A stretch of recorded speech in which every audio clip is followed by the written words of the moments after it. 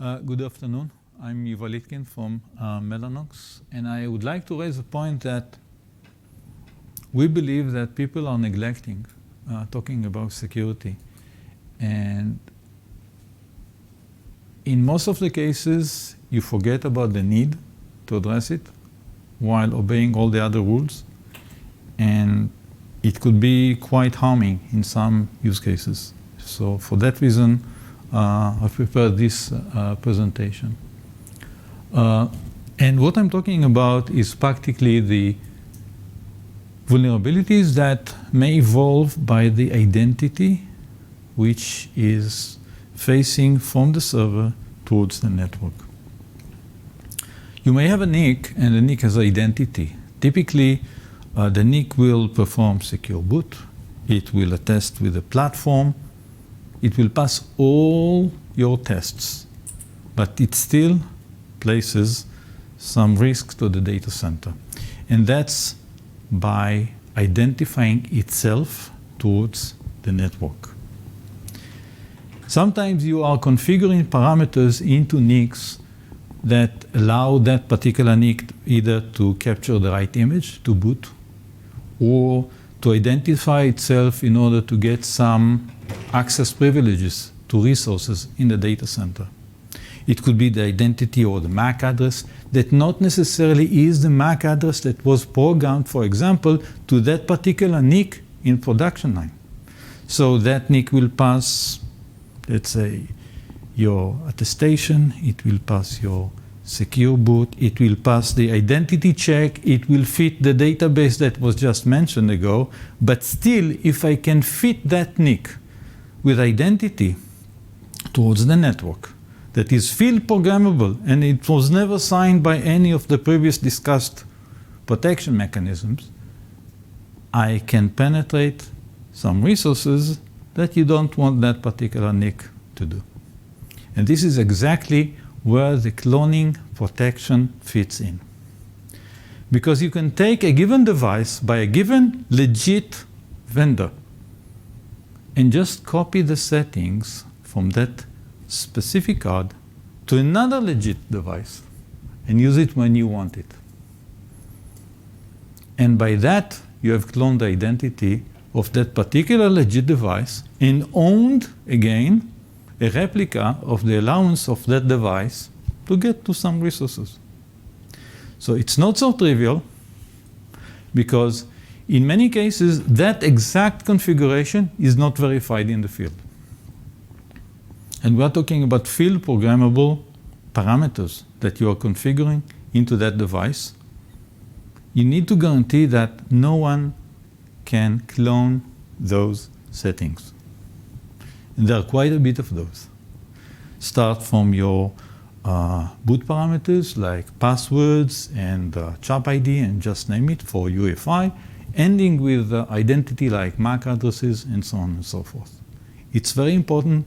People many times do not even mention the importance of those very specific parameters. So how can we address that? When a given NIC does secure boot, it will verify its own production parameters. It will verify its own firmware image that they are done properly and meet the expected signatures that are mandatory to allow it to boot. That's obvious. And you may have all these tests in place, still you're not protected from cloning, because cloning is something that you need to protect for field programmable parameters.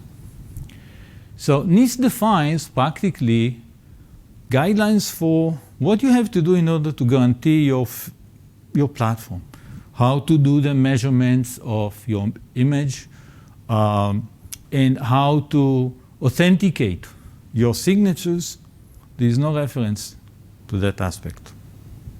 So we have a gap in standardization on that. And this is exactly what I want to discuss.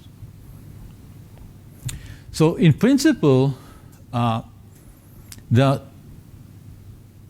needs for data centers to protect such access rights. Because in theory, you can program each and every switch to allow only a specific MAC address to connect to a specific port. It's possible, it's very complex. Very complex, and not each and every switch even support that, and managing that not always is the right way to do that by programming the specific port, because I can hook to your port again with malicious device.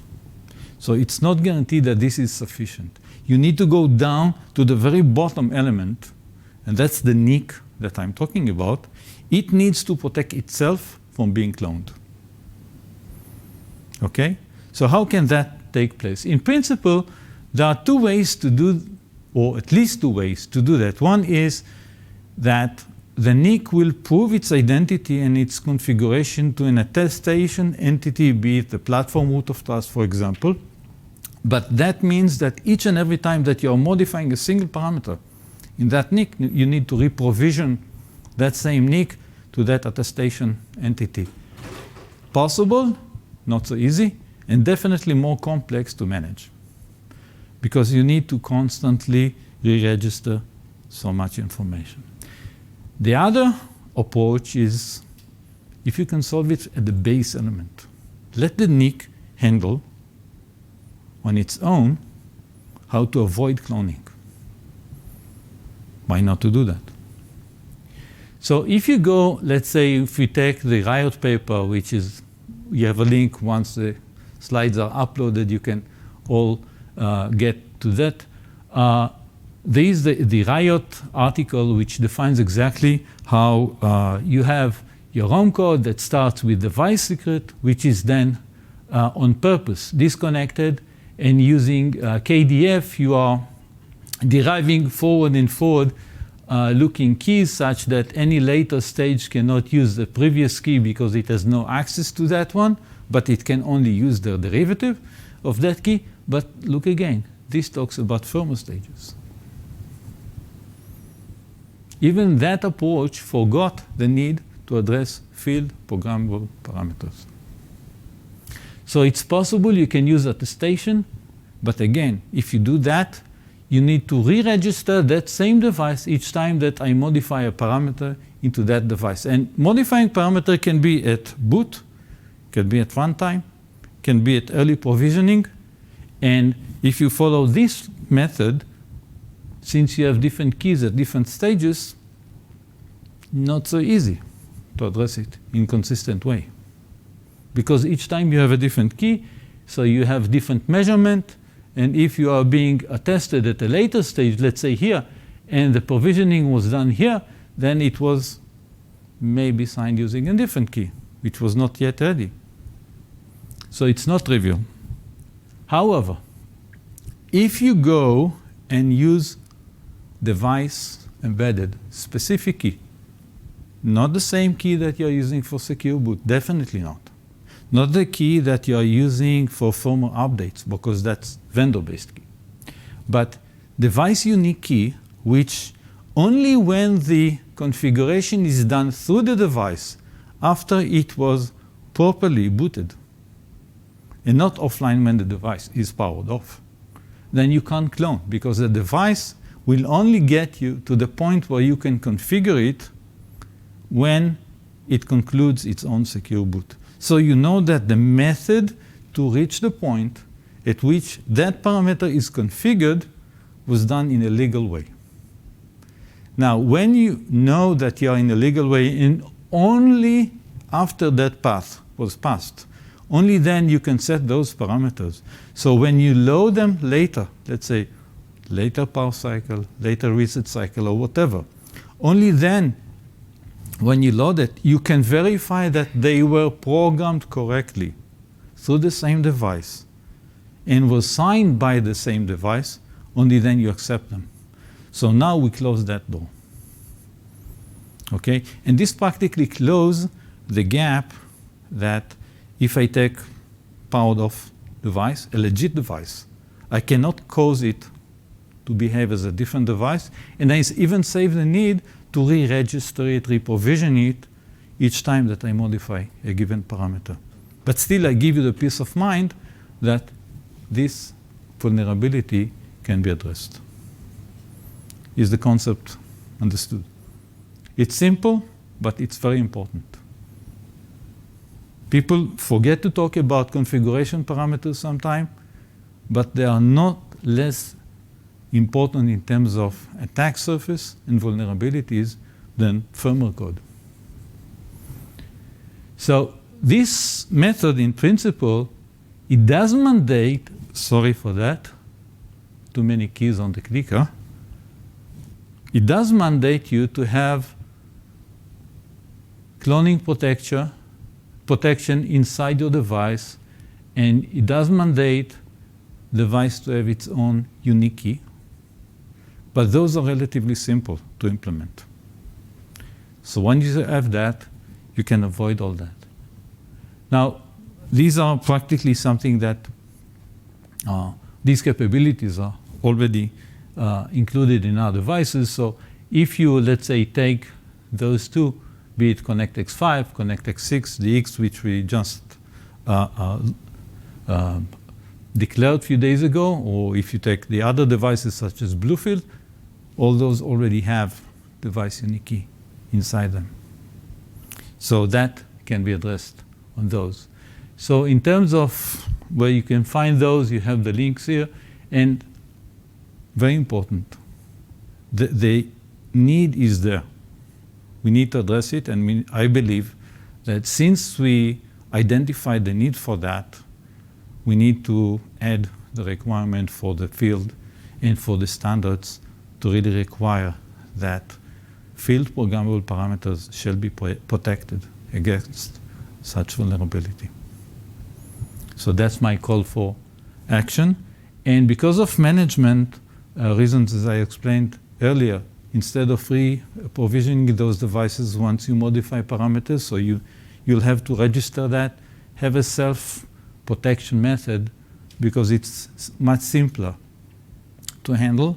And when you have self-protection, it can include protection in both ways, because the device will identify itself properly, will identify that the settings were done properly, and will only expose those settings if it is not moved between platforms.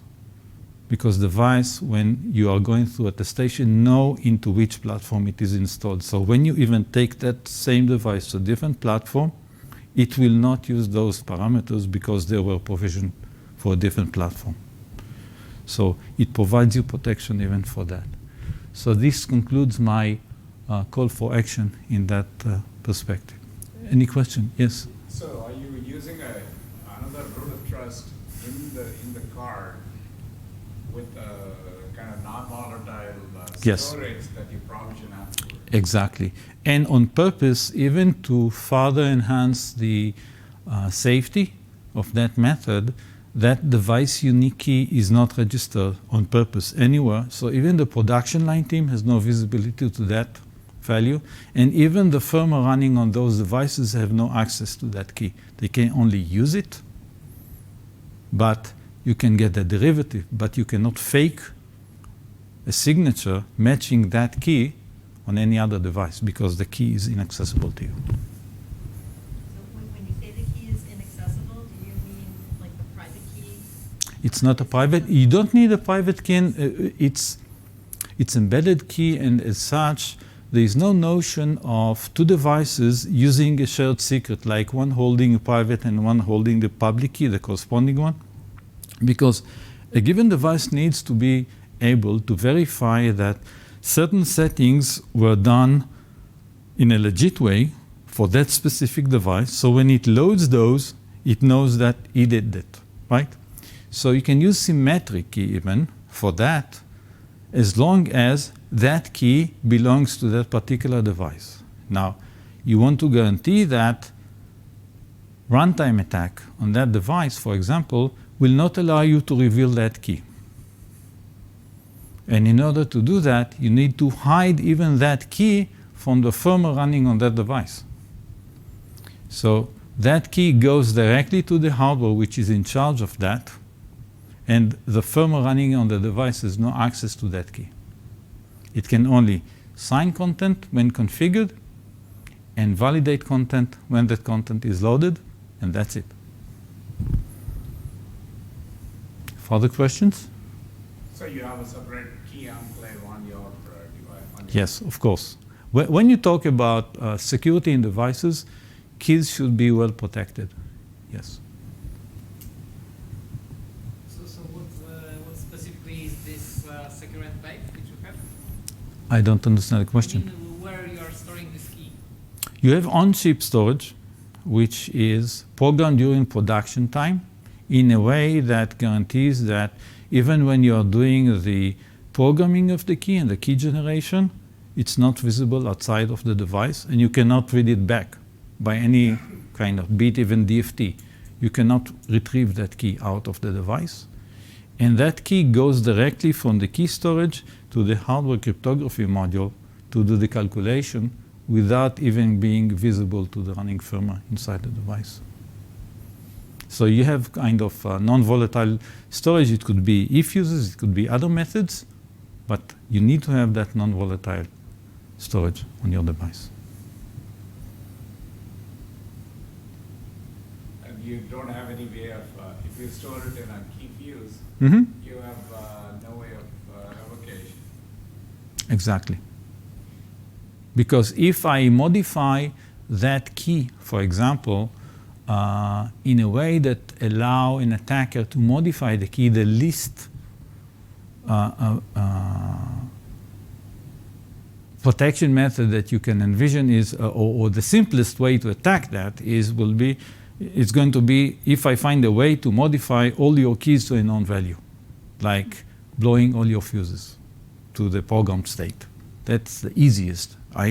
Without having access to your device, immediately know what the key in that device, and that's it. So once the key is programmed into that device, programming is locked. You cannot modify that key. You cannot read that key, and firmware has no visibility to the key. In your case, you're using a AES key, is it? No, we're using HMAC keys for that. 512 bits to make sure that it's secure enough. Yes? So you're saying that effectively that key is transferred straight across to the crypto module, Mm-hmm. which, and then the rest of the firmware has no access to it. Exactly. So does the rest of the firmware ever have access to the crypto module to actually kind of probe that and understand what's going on there? The beauty of HMAC is that it's unidirectional algorithm. So by knowing the outcome, you cannot know the input. Okay, but there's no debug registers and stuff like that. Well, debug and security do not coexist well together. So as the guy who closed the doors for all the developers and get their complaints about that, I have to admit that, you are doing the opposite of easing the life of developers and debuggers and support team when you introduce support for security in your devices. But definitely, you close the ability to read keys, you close the ability to debug state machines in that engine and just name it. No, there is no way to read the states. No. Because if you had that, it was not secure. And just mention what happens when you say to the failure analysis team, forget about scan chains. Okay? It's not fun, but you have to address it. Any further questions? So what's the strategy behind lifecycle management? Knowing that you have a one-way door. Mm-hmm. So in our devices, for that sake, we have practically 4 states for the device. When you are in production mode, you have full access to everything, but there are no fuse programmed. So there are no secrets to reveal. When you go into provisioning state, you embed the keys in well-protected environment and lock the devices. Once a device is locked, you have no access to the keys, you have no access to any debug interface. And when the device needs to be RMA'd for whatever reason, then there is only one path here to be on the safe side. Device which is secured can be changed into RMA mode, and RMA affects the functionality of the device up to the point that it blocks access to the keys. So now you gain back your failure analysis method but without having any access to any secret. And that device, because we embedded it like that, the next station for that device, since you reopen the device, cannot be redeployed. It's only good for failure analysis. The next step for that device is a trash bin, to guarantee that you cannot redeploy something after you have embedded whatever malicious into that device.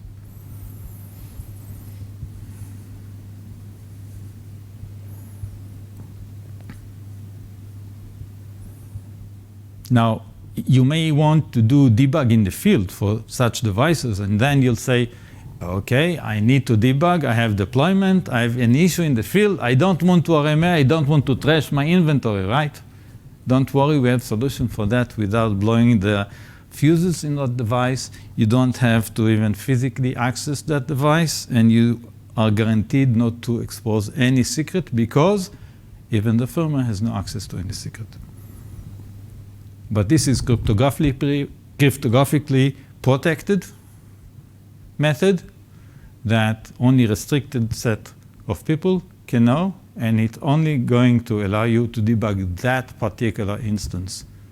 You take that kind of enablement key for debug to a different device, it won't work. And even if you take that same debug key to the same device at a later time, it won't work. So that's also allowed. Okay, that allows you to debug when you have a deployment mode set on the device for that particular. Yeah, you can do kind of in the field, you can do debug sessions if you need to on a specific instance, only if you have the allowance to do that. And in order to have the allowance to do that, you need to access a signature mechanism that provides you with whatever you need to in order to do that. If you don't have that allowance to access that method, that's it, the door is closed on purpose. One of the challenges that I've seen in my past life is that when you take the customer's view, where they don't want you and you to plug anything, Mm-hmm. right? How would you deal with debugging, especially? Under NDA, I can explain to you how we can provide that as well. We have full support for that use case as well. So if you buy a product from us and you want to guarantee that in your data center, only your approved firmware and whatever is going to be deployed, we can do that. Even you want to lease that machine to another user of a cloud-based machine that knows that it uses our devices in your machine, he can further restrict which firmware can go on his devices if you allow him.